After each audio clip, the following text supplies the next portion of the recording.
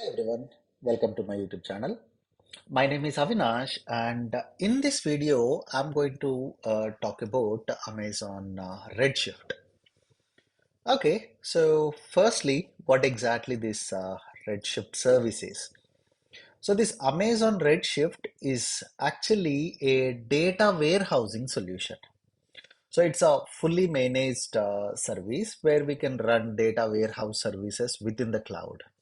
And also, AWS is going to provide required computing services, right? That computing service we can scale automatically and we can, store large set of data here. So, firstly, what exactly this data warehousing is? So, in simple, organizations, they're going to have a lot of data, right, from different sources. So they may have uh, like a their sales information, they may have customer behavioral information, right? So they may have all transactions information, right? So they can store all that such type of information into this data warehousing solution. Okay, fine, we can store all the data into this data warehousing solution. So then what we can do with the data? So whatever data we are storing here, right, we can use the data for different purposes.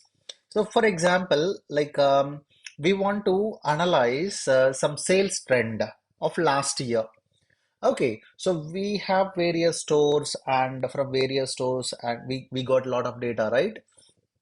All the data we can analyze and we can understand, okay, from what area um, more sales are happening, what area customers are expecting any specific things. So in simple customer behavior we can understand, and we can get inventory information, how effectively we are in the market, right?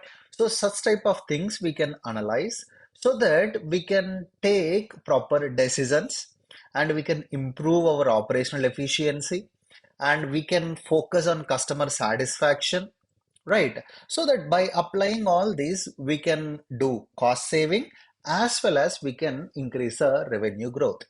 So for all these, by keeping all these things in mind, organizations are building their data warehousing solution. So organization can use this Amazon Redshift to store all the data. So we have a lot of additional tools also in place of this Amazon Redshift. Google has Google BigQuery, we have Snowflake, and we have Microsoft Azure, Synapse Analytics. So we have a lot of additional tools also. But this Redshift, because of its speed, because of easy of use, and also seamless integration with another AWS services, many organizations are preferring to go with this Amazon Redshift. Also, it has some advantages. Whatever query we are going to execute, right? The query performance, the query is going to execute very rapidly. And also, we can automatically take backup. And also, recently, AWS introduced this Redshift serverless also. So, based on load, it is going to scale automatically. Based on demand, it is going to scale up or scale down, right? So, by keeping all these advantages in mind, organizations are going with this Amazon Redshift. And it has some features like columnar storage. So, generally, most of the databases go with the uh, rows storage, but this Redshift go with column storage rather than rows. So because of this column method, the query performance is going to be quick, and it has an advantage called massive parallel processing. Okay, and also we have data compression mechanisms. Automatically, all data is going to stored in SSEs, and we have concurrent scaling options, and we have some options like materialized views that can improve query performance by pre-computing and storing aggregated results, right? So yeah, let's go and let's start creating this Amazon Redshift, and let's see how we can get connected to it. And if you are trying this Redshift for the first time, you have a chance to get $300 credit for this Redshift serverless free trial. Okay, so I will talk about the serverless in our next video. So firstly, let's go to this clusters, and here I'm going to create a cluster. But before creating a cluster, we have to create a subnet group. So basically, the subnet group help us to choose in what VPC subnet you want to launch your Redshift. For example, here I have multiple VPCs, and these VPCs has multiple subnets also. If you observe here, resource map, so I have multiple subnets here, some public subnets, some private subnets, right? So if you decided to launch this database into a specific subnet, so then first create a cluster subnet group. Click on create cluster subnet group. Okay, you give a name, my YT cluster subnet group. I'm giving same as a description. In what VPC you want to? I'm going to choose default VPC. Add all subnets, or you want to add only episode 1A, that subnet, add, then I want to add 1B, then whatever subnet you have, you can.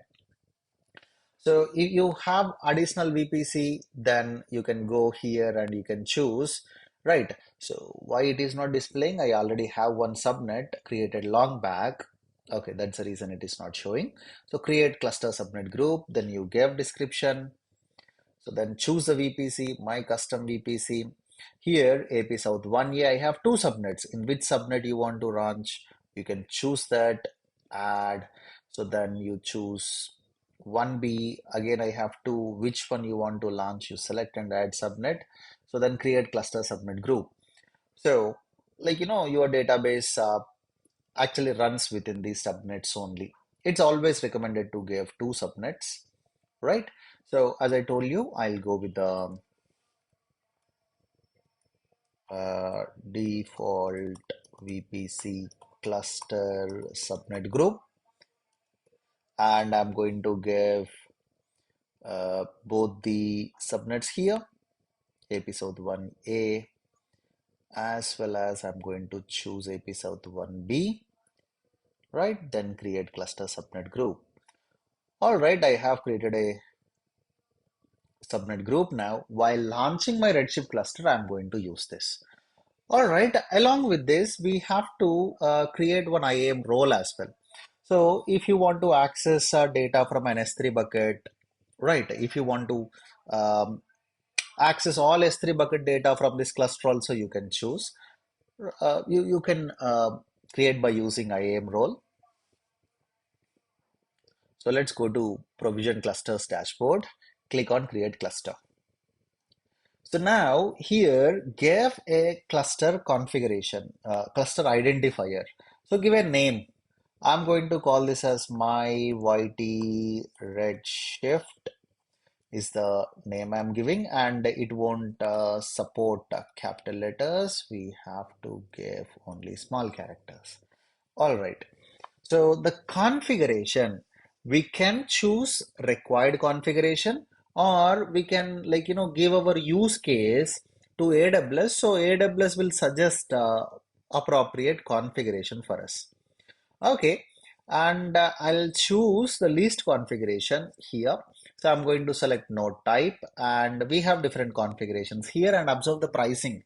So it's 1.235 per node per hour. Okay, so I'm going to choose the least available one, that is DC2 large. So that comes with, that supports 160 GB per node storage. Remaining all, you observe here, DC2 8 extra large supports 2.6 TB per node, and RA3 16 extra large supports 128 TB per node. So that's a supported storage option based on the node type. I'm going to choose DC2, and here how many nodes you required. So you can choose two nodes or you can choose one node. Whenever you are trying for the first time, I'll definitely recommend you try with only one node. So we have multi-node mechanism also. See, generally in Redshift, we will have two types of nodes. One is leader node, second one is compute node. So one is leader node and second one is compute node. So basically, what is this leader node and compute node? So leader node is actually, it acts as a coordinator for our queries. So whatever query we want to execute on our actual data, so this leader node receives a query from us or from client, and it optimizes the query execution plan, and it distribute the work across the compute nodes. So what this compute node will do? Compute node stores actual data. Whatever data you're storing, that actually stores in a compute node. So whatever query we are getting from leader node, that query executes on compute node, and it gave result to leader node. So treat in this manner. Let's assume a team leader is there. Three guys are working under the team lead.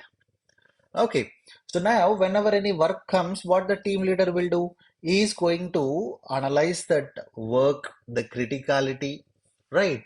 So he knows the three candidate expertise areas also. So this team lead is going to allocate the top task to one of the team member and is going to get the work done, right? So similar way, this leader node is a team leader and his three team members is nothing but compute node. Okay, so compute node stores actual information. Leader node is responsible for query execution, execution plan, such type of things. So I'm going with only one. It acts as both.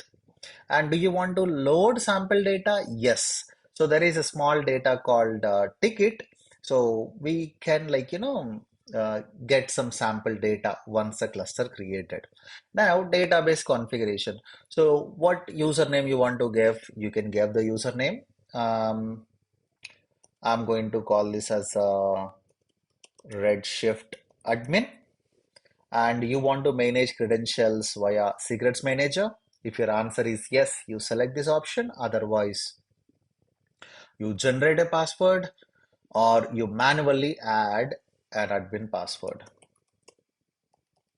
I have manually given a password. So then role. So this role is important. So you can create a role and you can associate that role here. Otherwise, even you can go here and you can associate IAM role. If you have any, you can use that. But if you want to create a new role, click on create IAM role. So do you want to, firstly, this role is going to have a policy, Amazon Redshift all commands full access. This is going to be default policy for the role we are creating.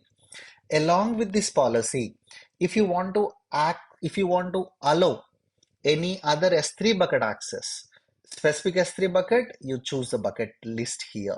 I want to allow these two bucket access from this Redshift.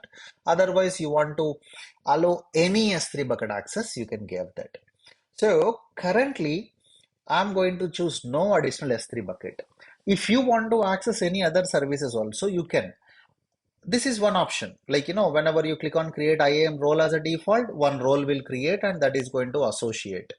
But along, if you want to have full control on this process, right, you can create an IAM role. Navigate to IAM, navigate to roles, click on create role, and I'm going to choose service as a Redshift.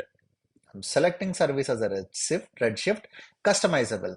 Then click on next, and here, so defaultly, this policy, right, Amazon Redshift all commands full access. I'm going to give that here. Along with that, if you have any additional policies like S3 read-only policy, I want to associate S3. You want to give any customized policies. I want to provide access to database. I want to provide access to different services. You can give that here. So Redshift custom role is the name I'm giving. Then create role. So once role created, we can come back here. So then we can choose associate IAM role. I think we have to refresh this. So then only the role will list here, associate IAM role. Let me give a refresh. So this is a standard way. With the default role, we really can't do much things. Redshift YT, and I'm going to choose DC2 large. One node is fine. I'm going to load sample data, and Redshift admin is the username, and I'm entering a password manually. Now associate IAM role. You see that whatever role we created, that role we are able to view here. So I'm going to associate that role. Later, if you want to add additional permission, simply you go to this role and you can add permission, add policy to this role, so that that service also we can access from this Redshift. And additional configurations, you can go with the default, or you can simply uncheck and you can configure network and security. Yeah, I want to launch this cluster in my default VPC. What security group you want to use? So this Redshift, right? We have to create a security group. Let me go and create a security group for this Redshift. Create security group, and Redshift SG is the name I'm giving, and choose the VPC, in what VPC you want to run. And this Redshift actually runs on 5439 port number. I'm going to open that, and based on your requirement, you want to make it available for your only currently connected network, anywhere, specific network, you can choose. Currently, I'm giving anywhere for IPv4 as well as IPv6. However, it's not recommended to open anywhere, but for this demo, we are good. So let's go here and choose the security group. I think we have to refresh again. Right. So the subnet group, default VPC cluster subnet group, you can choose that and which availability zone you want to launch, 1A or 1B, and you want to enable enhanced VPC routing. If this is turned on, traffic between our repositories and our cluster goes within the VPC only. So it's purely our choice. If you want to enable public access, you can turn on public access here and make sure you have one elastic IP address and you associate that elastic IP address here. So that's not a big matter now. Database configuration, what is a default database name you want to give? Observe here, this default database name is dev. Okay, so most of the times this is going to be dev only. If you want to change this, yes, you do have an option to modify while creating the cluster. Port number 5439, parameter group, the database level settings and all. If you want to enable encryption, you can use KMS or you can use HSM also.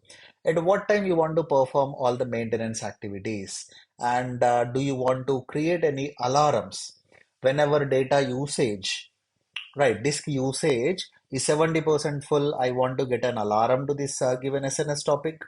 Who all are subscribed to this SNS topic, they will get notification. So we can do that. And I'm going with no alarm set movement. And if you want to configure automated backup, right, you can go and configure. If you are choosing 0, that's nothing but you're not enabling automated backups. And whatever the backup creating, how many days you want to retain the backup, so you can choose that as a snapshot retention. If you select 7 days, once a backup copy is created, coming 7 days it will be available. After 7 days, it's going to delete automatically. So this backup, not really big thing. If you are enabling this backup, it is going to take a lot of time. And whatever the snapshot creating, the backup actually creates a snapshot for high availability, like for fault tolerance, not high availability, sorry. For fault tolerant purpose, if you want to have a copy in another region, you can choose a region here.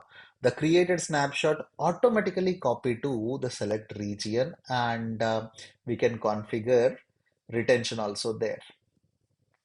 Okay, only thing is here I have created a security group, right? That security group, it's not listing yet. I have to give a refresh. So yeah, I will add later. Then create cluster. So now This Redshift cluster creation is initiated. The status is in modifying state. So once this is created, we will get connected to it.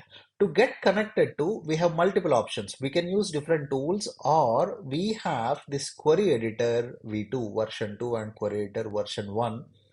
So this configuration will definitely take some time. So I'm going to pause this video. Once this Redshift cluster is ready, I'm going to resume and I'm going to uh, continue the connectivity process.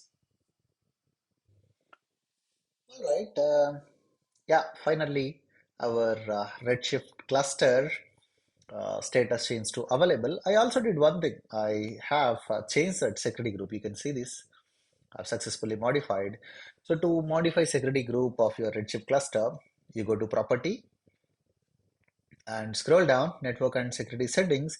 Earlier, I have selected the default security group, right? So I went here, I selected Redshift SG, then save change. That's it. Okay, so now how to get connected to this Redshift cluster? So we have query editor. So click on go to query editor v2, or you manually go to this query editor v2. And yeah, so this is a Redshift cluster. Whenever you click on that Redshift cluster, it will ask you, okay, how you want to get connected to it. So you want to use temporary credentials using database username, database and username, or temporary credentials using IAM, database username and password, whatever Redshift admin we have set up, right? So here, while we are creating, I have given the username and password. So the username is Redshift admin and I have set up one password, right? We can use that password and we can connect. Otherwise, we can get secret from AWS Secrets Manager, but we have not selected that. So choose database username and password. Database is dev and username is Redshift. Admin is a username I have set up, and password, I have given a simple password, then create connection. All right, so now we are connecting here. So once we got connected, you can see some databases. This is dev database, right? But no data here. But you remember, whenever we are creating this, we have selected create a sample database as a yes. So this is sample data. If you expand here, you can see this ticket. If you click on this, it will ask you, okay, you do not have sample database, do you want to create? When you click on create, so it will take just a minute and the sample database is going to create. And here you can start querying this.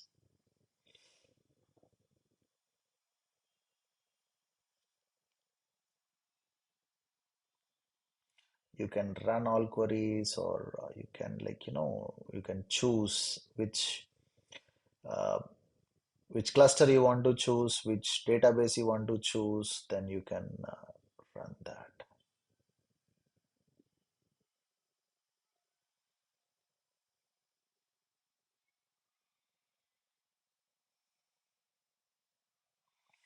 So once this data downloaded, you can run this. When you run this, it is going to show the outputs here. It succeeded, right? So that output. So we have a lot of sample queries here. So you can choose sample query, right? And then you can run that. If you want to get sales for date, right? So you can run this. So it is going to display how much time it took and what exactly results we got. Everything it is going to give on this specific day, how many sales happened. It is displaying. You change this date, for example, instead of 5th, I'm giving 6th, and I'm going to run this on 5th, 210 sales. On January 6th, 2008, we got 183 sales. for that specific day. So you can change modes, or you can view, verify the history, how many queries executed earlier and what are the charts, right? How many notebooks running, the sample notebook and all, any queries shared by me, shared by my team, we can even share queries across teams also. You can even also create a database, schema, tables, or if you already have data, you can load the data also. If you have data in S3, you go and you browse that S3 bucket. In what S3 bucket you have the data, right? Select that and what format it is, right? So then you can import that. Or you want to load from local file, you go here, you browse from your local laptop where exactly your all data is there. So from your local laptop also you can load or import data. All right, so that is how exactly we can create a Redshift cluster and we can query it. So even I want to cover one more small point. We have a lot of third-party tools also, like MySQL J also is a tool where we can use to connect to this Redshift. So if you want to resize this Redshift cluster, we can go to Actions and we can use this option called Resize. Right, so you can go here, you can change the configuration. Okay, resize cluster now, or you can resize later. So actually, we should have a snapshot if we really want to create if you want to perform resize. So without having a snapshot, we cannot perform this resize operation. All right, so that's it for this video. In next video, I'll talk about Redshift serverless. If you find this video helpful, please spare some time and subscribe to this YouTube channel for more videos on Amazon Web Services. Thank you. See you again.